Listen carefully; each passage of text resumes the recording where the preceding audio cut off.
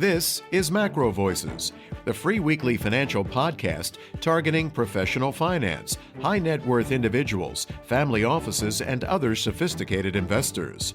MacroVoices is all about the brightest minds in the world of finance and macroeconomics telling it like it is, bullish or bearish, no holds barred. Now, here are your hosts, Eric Townsend and Patrick Ceresna. Now let's just jump straight into the charts. Listeners, you'll find a download link for the Postgame chart deck in your Research Roundup email. If you don't have a Research Roundup email, it means you have not yet registered at MacroVoices.com. Just go to our homepage, MacroVoices.com, and click on the red button over Lynn's picture saying, looking for the downloads. So Nick, let's get to some of these charts. On page 2, we have the S&P 500. I know you're always on those options markets. What levels are you watching? Yeah, so today I'm looking at the spot on SPX 39.10. Looking at the February 17th OPEX right now for the expected move. The expected move right now is 200 points in either direction, which denotes about a 5.1% move in either direction. So the upper expected move is 41.10. Keep in mind, strong resistance at 4,000, which we've tested recently. And then the next pivot is 41.20, which is also strong resistance right there as well. The lower expected move is 37.10, where support right now is at around 3,800 and then 3,700, with the lows at 3,500 acting as very heavy support back from last October. Now, next week we have flash PMI on U.S. manufacturing and services on Tuesday, and then we have jobless claims on Thursday and consumer sentiment on Friday. So there's a lot of reason to believe we're going to see some volatility into the next month or so. Now, Eric, what are your thoughts here on the S&P? We've had several guests caution us that a lot of bear market rallies tend to end right around the 200-day moving average. This is now the third time in the last few months that we've seen a move that stayed above the 200-day moving average for 2 or 3 daily closes and then moved back below. So it looks to me like we've seen another failure at the 200-day moving average. Is the third time the charm? Are we headed much lower from here? I guess time will tell. The next indication along the way will be the 100-day moving average, which right now is 38.78 on the March futures contract. Yeah, Eric, I put that 200-day moving average on that chart, and you're just showing how the testing of that zone has rejected the market numerous times. While the 3,800 support that Nick, you're talking about, is lines up very well with the early part of January's lows.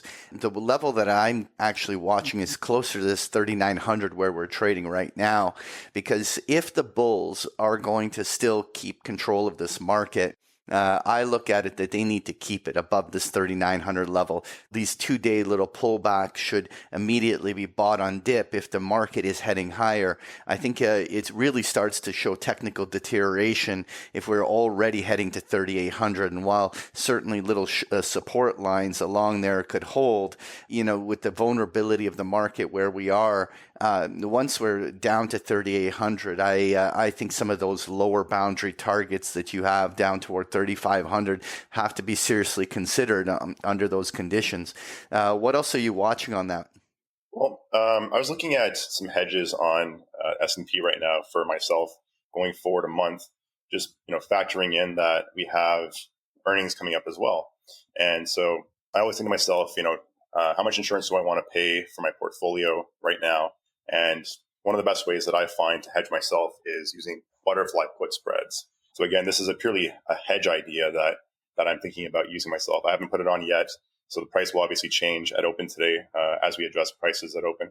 And the whole idea here is that you're looking at the February OPEX, which is February 17th, and we're looking at a 3,800, 3,600, 3,400 butterfly put spread on SPX. That would mean, buying one contract, the $3,800 puts, selling 2 contracts at 3,600, and then buying one contract at 3,400. In essence here, the risk really is $25 per contract, roughly. Notional value would be $2,500 per contract. And the upside here on the hedge would be 200 points wide, so $20,000 less the premium paid. So 17.5 grand roughly of upside on 2,500 risk. But again, this only would transpire at expiration. So if the move to the middle strike happened prematurely, you would not see the maximum profit. The reason why I use this kind of strategy is because it requires much less capital, whereas buying a put on its own, for example, might cost $5,000 or $6,000 for one position, which is a lot to spend on a single hedge per position. I prefer to spend less money and have a better asymmetry of risk overall. What are your thoughts on this, Patrick? Yeah, I like the strategy. I mean, the key here is that you're not really hedging the entire left tail of a market drop. You're basically looking for a scenario where, well, look, if the market's going to head back and retest those lows from the third and fourth quarter of last year, that you want to be able to have some sort of a payoff that allows you to be making money when the rest of your portfolio is dragging. And so if you're looking for just a modest pullback in the market over the next month back to the lows, this is certainly a very interesting way of putting it on. And I always like that when you can put on a hedge with a relatively low cost. And, we've talked in previous episodes that you can even try to offset that with some call credit spreads above to try to help finance those costs. But let's move on, though, and look at the Nasdaq. We have the QQQs on page 4. I just wanted to start off with my kind of perspective. The entire rally on the Qs more or less stalled out right along its fib retracement zones. It's basically just a mean reverting bounce off of what was a sequence of support line lows that were put in October and November and again in January. If this is all the bulls can muster for the NASDAQ, it doesn't bode well for the markets. I mean, when you see what's happening in global equity and you see what's happening in so many of the kind of more defensive sectors, the fact that the NASDAQ has been dogging it this badly, it just continues to show its relative weakness. What levels are you watching on the Qs? Yeah, so the spot right now as I speak is around 275 on Qs. Expected move again for the February 17th monthly OPEX is about 16 points in either direction, which denotes about a 5.8% move. Upper expected move here is 291 with resistance right now at 290 or so. And there's a gap way above at 310 or so. Lower expected move is 259 with support at 260 and heavy support at the lows, October lows of 254 or so. Now, in the past year, we've had numerous rallies that sold off heavily by anywhere from 9 to 14%. So a 10% decline from here takes us to new lows below 250 to around 247 or so. And keep in mind that tonight we have Netflix reporting earnings. Next week, we have Microsoft reporting on Tuesday, the 24th, after market close. And then the following week, we have Meta reporting, Apple reporting, and Google reporting. So the heavy hitters in tech. And if these layoffs are any indication on how they're performing right now, we may see some underperformance on earnings, which could see the tech sector drag lower.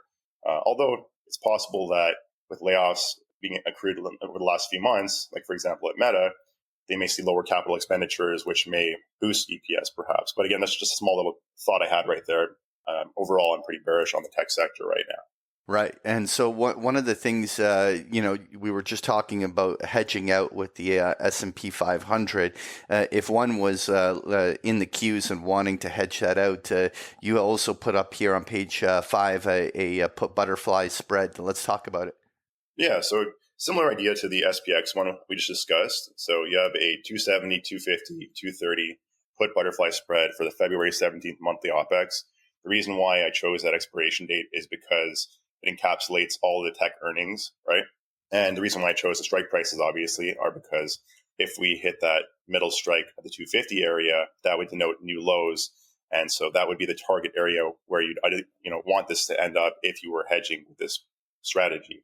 But again, it is a hedge. The risk here is 250 or so per contract, with upside of, again, 1750 or so per contract. So risking $250, upside of 1,750 per position. But again, this is at expiration, right? If this move happens well in advance of expiration, for example, next week, you won't see the maximum profit because the butterfly put spread doesn't work that way. What would you add here, Patrick, in terms of ideation on this strategy? Well, I mean, I don't really think there's much to add. I mean, ultimately, it's a bigger question for me as to whether hedge is necessary in this market environment. And, while we have numerous guests come on with far more kind of neutral views, I look at it that we just need to know that some of that left tail risk is being hedged when you're staying invested in these kind of tight market conditions. Nonetheless, though, on page 6, I wanted to really talk about this VIX. What was really interesting here, Nick, was we had last week a break to lower lows, well, at least from some of the lows put in through the second half of last year. We had the VIX temporarily breaking below the 20 level. It had a quick trip down to 18. Now we're seeing little spikes back above 20 here, but really low vol conditions. And to me, it made a whole bunch of sense for it to be that way in December because, when you have the low volume holiday period, odds are markets could be trade range bound. So you got some of that volatility narrows and that gets reflected in the VIX. But here we are in the middle of January going into the FOMC. The ECB is going to be talking. All the earnings are coming out. There's all this points that could trigger volatility in the month forward. And volatility is still relatively low, or at least on the cheaper end of where we have seen in the last year. What's your take on it? Yeah, well, as I said in the past, looking at the vol for the past, or the VIX for the past year or so, we've only stayed at this low range for very short periods of time, a week or 2 weeks here and there, followed by an abrupt movement toward 35 or so on the highs. And so the way that I'm reading it is that we have the January OPEX coming up tomorrow, which is a very, very major OPEX. I think there's a few $1 trillion of roll-off for option contracts tomorrow. So with hedges in place for tomorrow's OPEX, I expect muted volatility into that event, but then thereafter, I expect much more volatility to pick up as new hedges are put on, by buying out of the money calls and puts, which will exacerbate the VIX's movements. So right here, the bounce off that 18 or so area from yesterday up to 21.62 right now, which is the spot roughly. I see us moving perhaps to 25 or so, especially if we get negative earnings in big tech, and that could precipitate a push toward 35, which would also coincide with a pullback in the broad markets of around 10% perhaps, right? If you look at the put to call volume on the VIX is 0.13, so about 10 times the number of calls being opened per put, which is very, very bullish on the VIX and very, very bearish on broad markets. And then the put to call interest is 0.25, so you have roughly 4 times the number of calls being opened per put. So very, very bullish VIX and very, very bearish on broad markets as well, right? So I do think that we're going to see some volatility after tomorrow. But moving on to page 7, Eric, what are your thoughts here on gold? After last week's show, we saw a nice exuberant $25 breakout above trendline resistance. And then we came down exactly as you would expect to retest that resistance line as a support line, getting back down to 1898. I bought 1900 even on that retest, but I only bought in a very small amount because although I do want to add to my position, I kind of have a feeling that we might be seeing the beginning of a more substantial correction here. As I'm speaking right now, before the open on Thursday morning, I'm looking at 1908 on the February gold delivery contract. So still holding above the trend line and right about on the 5-day moving average. Is that trend line right around 1900 going to hold, or are we maybe going to get a more sizable correction? I wouldn't be surprised if we got down to somewhere between, say, 1860 and 1880 as a range for where a more substantial correction might take us. One way or another, I still think the trend is going to continue to the upside. All that remains to be seen is how deep this little correction that we're having is going to be. Eric, I completely agree. There's a lot of people out there that have a very strong bullish tilt on the short term, and I'm far more long-term bullish gold. But I still think at this stage in the market cycle, we're still a little too early for gold to be making this rip to all-time new highs, at least too early in the first part of the year. If conditions are right in the latter part of the year, certainly I'd like to be optimistic that gold can make that really big push. But for me, just the way you want to keep some dry powder for a correction, I'm with you on that. I think the short-term upside is, while certainly we could see quick little surge towards 2,000, but I think pullbacks toward 1,800 are where my focal points are going to be. I think if we have these kind of $100, $150 pullbacks over a multi-week period, would create the window from which there would be compelling buy-on dips.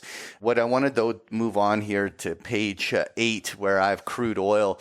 And it was interesting because we had at the start of that year that drop in crude that you were highlighting all along, and we recovered off of those lows very quickly. And that, to me, is starting to demonstrate that crude oil is much more going to be trade range bound. Now, I think there's a lot of technical repair work that crude oil would have to do in order for a new bull trend to be confirmed. But at minimum, I think that switching to this, trading support resistance on crude oil should increasingly work. And so any short-term dips in crude could be bought to trade to the top end of the ranges. And that's certainly something that we're going to keep a close eye on when I'm trading. Moving on page 9, I just wanted to quickly touch on copper because I know Lynn touched on her views on copper. This level right around this 425 to 430 was my target zones for copper on this advance. And obviously the China reopening story is a great tailwind. I continue to be long-term bullish copper, but I think that my view on copper is very similar to gold, which is, well, it's been a great move. It's certainly advanced to some upper ranges that certainly give a pretty clear bullish tilt. But I still think that these are vulnerable here in the first half of the year to retesting on the downside. And I wanted to just wrap with one final chart here on the 10-year Treasury yield. And I wanted to just highlight that we have finally now seen yields really back off to now levels where it'll be really interesting to see whether or not this kind of bullish yields, bearish bonds trend continues. The way I kind of look at it is that bonds have now reverted from a very oversold level. Yields have really backed off. And this is going to be a real big tell as to whether or not there's a much more meaningful bond bottom and in going into 2023. So it's certainly going to be something key that I'm going to be watching. Folks, if you enjoy Patrick's chart decks, you can get them every single day of the week with a free trial of Big Picture Trading. The details are on the last pages of the slide deck, or just go to bigpicturetrading.com.